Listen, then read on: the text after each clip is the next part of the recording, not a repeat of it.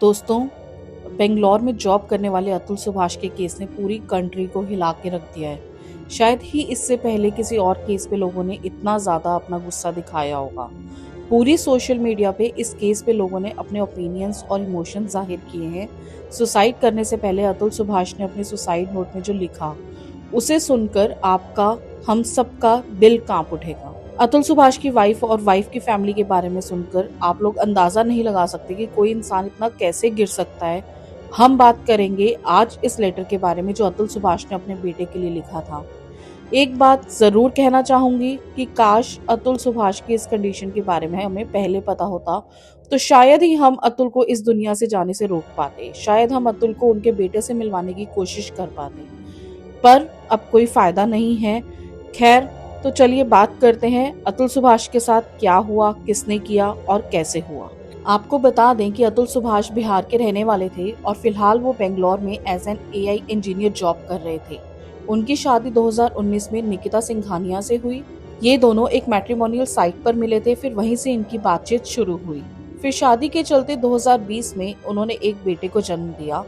अतुल ने अपनी suicide note में बयान किया कि उनकी पत्नी निकिता सिंघानिया हर त्योहार या पूजा पर 6 साड़ियां और एक गोल्ड की सेट की डिमांड करती थी। इस शादी के चलते कुछ सालों में अतुल जी ने अपने ससुराल वालों को भी बिजनेस के लिए 20 लाख रुपए की मदद की। अतुल ने बताया कि मेरी वाइफ और उनके घर वालों की डिमांड पैसों को लेकर लगातार बढ़ती ही जा रही थी, लेकिन सन 2021 में जब उन्होंने अपने ससुराल वालों को पैसे देने बंद किए तो उनकी पत्नी निकिता सिंघानिया उनके 1.5 साल के बेटे को लेकर घर छोड़कर चली गई थी। अतुल ने इसके बाद जब अपनी पत्नी से तलाक मांगा तो उनकी पत्नी ने दहेज से संबंधित 9 अलग अलग सेक्शन में अतुल के खिलाफ केस दर्ज करवाए। सिर्फ इतना ही नहीं, अतुल की वाइफ निकिता ने अतुल को परेशान करने के लिए ये सभी केस जौनपुर, उत्तर प्रदेश में दर्ज करवाए ताकि उनको बेंगलोर से जौनपुर आना पड़े, जबकि निकिता खुद भी जौनपुर में नहीं रहती थी। अतुल को इन्हीं केस के चलते पिछले 2 साल में करीब 50 बार से ज्यादा बेंगलोर से जौनपुर आना पड़ा।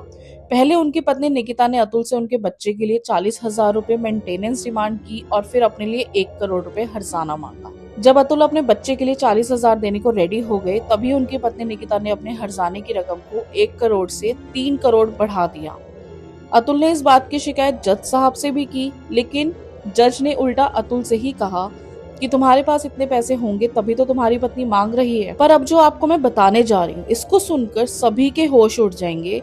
अतुल ने जज साहब को कोर्ट में बताया कि एनसीआरबी की डेटा बताता है कि हर साल दहेज के झूठे केसेस के चलते ना जाने कितने बेगुनाह पुरुष सुसाइड करके मर जाते हैं। तभी अतुल की पत्नी का क्या विवाद था, सुनिए। तभी अतुल की पत्नी निकिता ने कहा कि तुम भी क्यों नहीं मर जाते।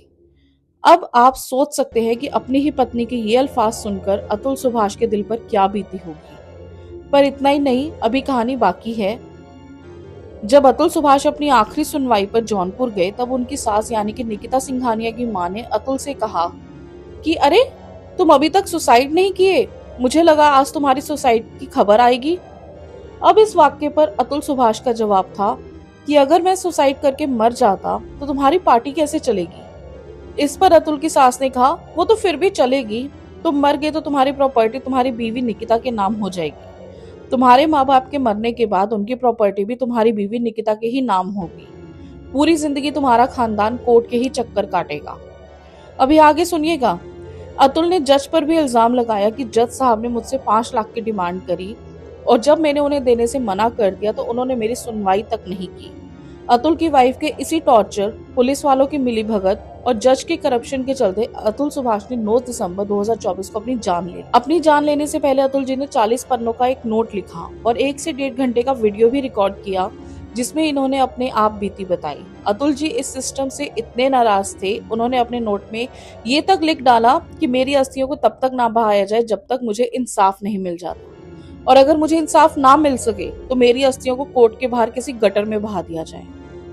एक सच बात कहूं दोस्तों, हम इस बात का अंदाजा तक नहीं लगा सकते कि वो अतुल जिसने अपनी बीवी और उसके घरवालों को खुश करने के लिए अपना सब कुछ दे दिया, यहाँ तक कि अपने साले को भी बिजनेस में लाखों रुपए की मदद की, अपने ससुराल वालों को लाखों रुपए दिए, अपनी बीवी की हर छोटी से छोटी खुशी का ख्याल रखा।